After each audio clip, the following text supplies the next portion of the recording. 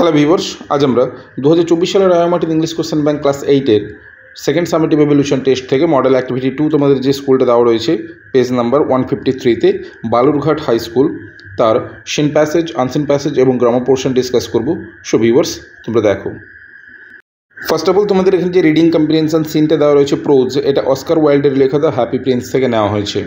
ওকে, so viewers, আমি প্রশ্নের উত্তরগুলো ডিসকাস করছি, তোমরা প্রশ্নের উত্তরগুলো একবার মিলিয়ে দেখে নাও কেমন। দেখো, একের রীতি কী বলেছে, complete the following sentences with information from the text, অর্থাৎ পাঠ্য থেকে তথ্য নিয়ে নিম্নলিখিত বাক্যগুলিকে সম্পূর্ণ করো। দেখো, আয়ের দাগের ফার্স্ট সেন্টেন্স থেকে দেখো কী বলেছে, the swallow wanted to fly away two Egypt because, অর্থাৎ সোয়ালো পাখি মিশরে উড়ে যেতে চেয়েছিল, তার কারণটা কি?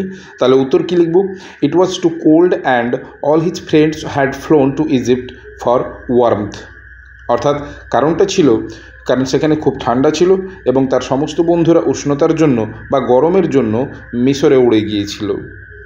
এরপর টু এর সেন্টেন্সটিকে দেখো, টুয়েতে কী বলেছে, the Prince informed that he had lived in, তাহলে বাক্যটাকে সম্পূর্ণ করবার জন্য অ্যান্সার কী লিখব, এ প্যালেস অল হিজ লাইফ, অর্থাৎ রাজকুমার জানিয়েছিলেন যে তিনি সারা জীবন একটি প্রাসাদে বসবাস করেছেন।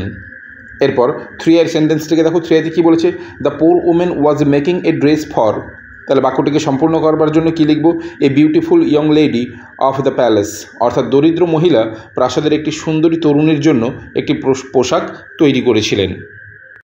এরপর আমরা চলে আসবো বিয়ের দাগে। দেখো, বিয়ের দাগে কী বলেছে, অ্যান্সার দ্য ফলোয়িং কোশ্চেন্স, অর্থাৎ নিম্নলিখিত প্রশ্নগুলির উত্তর দাও। আয়ের দাগের কোশ্চেনটিকে দেখো কী বলেছে, why does the swallow think that the statue of the happy prince has a golden heart, অর্থাৎ কেন সোয়ালো পাখি মনে করে যে ওই সুখী রাজকুমারের একটি সোনার হৃদয় রয়েছে। তাহলে অ্যান্সার কী লিখবো, দেখো, the swallow thinks that the happy prince has a golden heart because he feels sad and his eyes are full of tears seeing the sufferings of the poor people and all the ugly things in the land about which he was not aware when he was alive, অর্থাৎ swallow পাখি মনে করে যে সুখী রাজকুমার সোনার হৃদয়ের অধিকারী, তার কারণ তার দুঃখ হয় এবং চোখ জলে ভরে যায় গরিব লোকেদের কষ্ট দেখে আর কুৎসিত জিনিসে তার শহর ভর্তি দেখে, যা সে জীবিত অবস্থায় দেখেনি। এরপর আমরা চলে আসবো টু এর কোশ্চেনে। দেখো, টুয়েতে কী বলেছে, how does the happy Prince want to help the poor women, অর্থাৎ সুখী রাজকুমার কীভাবে ওই দরিদ্র মহিলাকে সাহায্য করতে চেয়েছিলেন। তাহলে এর অ্যান্সার কী লিখব, the happy prince wants to help the poor woman by giving her the ruby from his sword hilt, অর্থাৎ ওই সুখী রাজকুমার দরিদ্র মহিলাকে তার তরবারি থেকে বা তরবারির হাতল থেকে রুবিটি দিয়ে সাহায্য করতে চেয়েছিলেন। এরপর আমরা চলে আসবো রিডিং কম্প্রিহেনশন আনসিনে। দেখো, দুইয়ের থেকে কী বলেছে, রিড দ্য ফলোয়িং প্যাসেজ, অর্থাৎ নিম্নলিখিত অনুচ্ছেদটি পড়ো অ্যান্ড অ্যান্সার দ্য কোশ্চেন্স, এবং প্রশ্নগুলির উত্তর দাও। আমি প্যাসেজটা পড়ছি, তোমরা ভালো করে শোনো, তারপরেই প্রশ্নের উত্তরগুলো ডিসকাস করবো কেমন। দেখো, to do well in the examination is not difficult or impossible, অর্থাৎ পরীক্ষায় ভালো ফল করা কঠিন কিন্তু অসম্ভব নয়। It is only a matter of regular study, motivation, attention and memory, অর্থাৎ এটা শুধুমাত্র নিয়মিত অধ্যয়ন, অনুপ্রেরণা, মনোযোগ এবং মনে রাখার বিষয়। Regular study means receiving what ever lessons have been taught in the, অর্থাৎ নিয়মিত অধ্যয়নের অর্থই হলো যা কিছু শেখানো হয়েছে তা অনুশীলন করা। It will ensure enough revision before examination, অর্থাৎ এটি পরীক্ষার আগে যথেষ্ট অনুশীলন নিশ্চিত করবে। This is very important for getting good marks, অর্থাৎ ভালো নম্বর পাওয়ার জন্য এটি খুবই গুরুত্বপূর্ণ। You need motivation to study without a break, অর্থাৎ বিরামহীন অধ্যয়নের জন্য তোমার অনুপ্রেরণার প্রয়োজন। So reward your self with a gift after you have performed well in the examination, তাই পরীক্ষায় ভালো ফল করার পর নিজেকে উপহারস্বরূপ কিছু পুরস্কার দাও। This will motivate you further in your efforts, অর্থাৎ এটি তোমাকে তোমার প্রচেষ্টায় আরও অনুপ্রাণিত করবে। অ্যাটেনশন রিকোয়ার্স কনসেন্ট্রেশনস, অর্থাৎ একাগ্রচিত্ত মনোযোগ প্রয়োজন। You must sit down to study at a particular time and a particular place, তোমাকে অবশ্যই একটি নির্দিষ্ট সময় এবং একটি নির্দিষ্ট জায়গায় পড়তে বসতে হবে।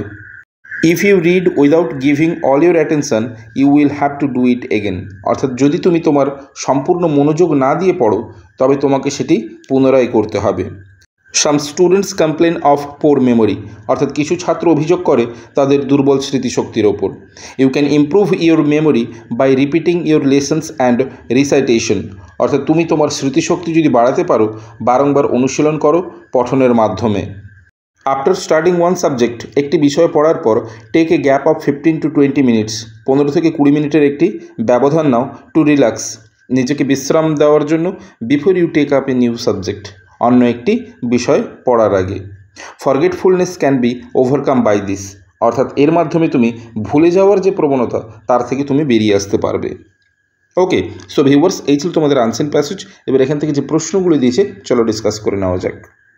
দেখো, 2 এতে কী বলেছে, টিক দ্য কারেক্ট অল্টারনেটিভ, অর্থাৎ সঠিক বিকল্পটিতে টিক চিহ্ন দাও।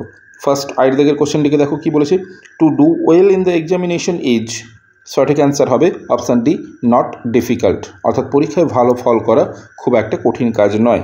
এরপর 2 এর কোশ্চেনটিকে দেখো, 2 এতে কী বলেছে, অ্যাটেনশন রিকোয়ার্স, অর্থাৎ মনোযোগ প্রয়োজন, সঠিক অ্যান্সার কী হবে, অপশান বি, কনসেন্ট্রেশন, অর্থাৎ একাগ্রচিত্ত।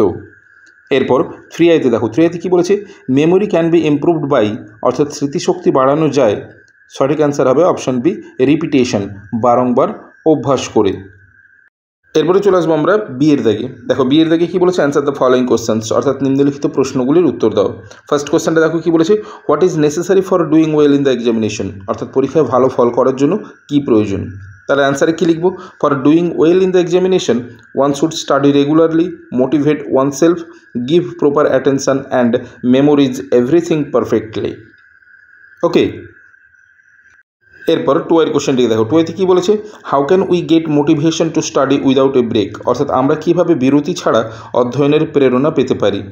তাহলে এর অ্যান্সার কী লিখবো, we can get motivation to study without a break by rewarding our selfs with a gift after performing well in the examination, অর্থাৎ পরীক্ষায় ভালো ফল করার পর নিজেদেরকে উপহার দিয়ে আমরা মোটিভেশন করতে পারি বা অনুপ্রেরণা দিতে পারি। কেমন? এরপরে চলে আসবো আমরা গ্রামার অ্যান্ড ভোকাবুলারি সেকশনে। দেখো, 3 এর দাগে কী বলেছে, ডু অ্যাজ ডিরেক্টেড। ফার্স্ট কোশ্চেনটা দেখো, we expect that we shall start in time, direction কী বলেছে, use infinitive and rewrite the sentence, অর্থাৎ ইনফিনিটিভ ব্যবহার করে বাক্যটিকে পুনর্বার লেখো। তাহলে এর অ্যান্সার কী হবে, we expect to start in time. Okay, এরপরে 2 এর কোশ্চেনটিকে দেখো, 2 এতে কী বলেছে, when she awake the next day the little bird was still sitting there, underline the dependent clause, এখানে ডিপেন্ডেন্ট ক্লজ যেটা তার তলায় দাগ দিতে বলেছে। তাহলে এর উত্তর কোনটা হবে, when she awake the next day, এটাই হবে ডিপেন্ডেন্ট ক্লজ। এরপর 3 আইতে বলেছে, he stopped in the middle of his song, underline the adverb phrase, এখানে অ্যাডভার্ব ফ্রেজ কোনটা তার তলায় দাগ দিতে বলেছে, ইন দ্য মিডল হবে অ্যাডভার্ব ফ্রেজ। এরপরে আইভিতে বলেছে, গান্ধীজি বিলিভড ইন ড্যাশ, ব্র্যাকেটের মধ্যে দেওয়া রয়েছে ভায়োলেন্স, প্রিফিক্স অ্যাড করতে বলেছে, তাহলে ভায়োলেন্স থেকে প্রিফিক্স অ্যাড করলে হবে নন ভায়োলেন্স, অর্থাৎ ভায়োলেন্স কথার অর্থ হচ্ছে হিংসা, নন ভায়োলেন্স হচ্ছে অহিংসা, অর্থাৎ গান্ধীজি অহিংসায় বিশ্বাস করতেন। এরপর ভি এর দাগে দেখো কী বলেছে, Priya said to Mina the library is close today, narration change করতে বলেছে। তাহলে এর অ্যান্সার কী হবে, Priya told Mina that the library was closed that day. এরপর ভিআইতে বলেছে, she said to me can you drive, এটারও ন্যারেশন চেঞ্জ করতে বলেছে। তাহলে এর অ্যান্সার কী হবে, she asked me if I could drive. এরপর আমরা চলে আসবো 4 এর দাগে। দেখো, 4 এর দাগে কী বলেছে, find synonyms of the following words from the unseen passage in question number 2, অর্থাৎ কোশ্চেন নাম্বার 2তে যে আনসিন প্যাসেজ দেওয়া রয়েছে ওখান থেকে শব্দার্থ খুঁজে নিয়ে লিখতে বলেছে। দেখো, প্রথমে রয়েছে আইয়ের দাগে ইমপ্র্যাকটিক্যাল, ইমপ্র্যাকটিক্যাল থেকে হবে ইম্পসিবল। তারপর 2 আইতে রয়েছে স্পেসিফিক, স্পেসিফিক থেকে হবে পার্টিকুলার। ওকে, এরপর আমরা চলে আসবো 5 এর দাগের রাইটিং সেকশানে। তোমাদের এখানে যে রাইটিংটা দেওয়া রয়েছে নিশ্চয়ই তোমরা সকলেই জানো, এটা রবার্ট ব্রুসের সম্বন্ধে স্টোরি রাইটিং। ওকে, সো তোমাদের যদি কারোর প্রয়োজন হয় আমি এর লিঙ্ক ডেসক্রিপশন বক্সে দিয়ে দিচ্ছি, তোমরা ওখান থেকে চেক করে নিতে পারো। কেমন? সো ভিউয়ার্স, এই ছিল তোমাদের মডেল অ্যাক্টিভিটি 2 বালুরঘাট হাই স্কুলের seen passage unseen passage grammar পোর্শনের সম্পূর্ণ ভিডিও। সো তোমাদের কেমন লাগলো অবশ্যই আমাকে কমেন্ট করে জানাবে। এছাড়া তোমরা যারা আমার চ্যানেলে নতুন অবশ্যই চ্যানেলটিকে সাবস্ক্রাইব করে রাখো পরবর্তী সময়ে এরকম আরও ভিডিওগুলো পাওয়ার জন্য। সো আজ এ পর্যন্তই, কথা হবে নেক্সট ভিডিওতে। Till then, by.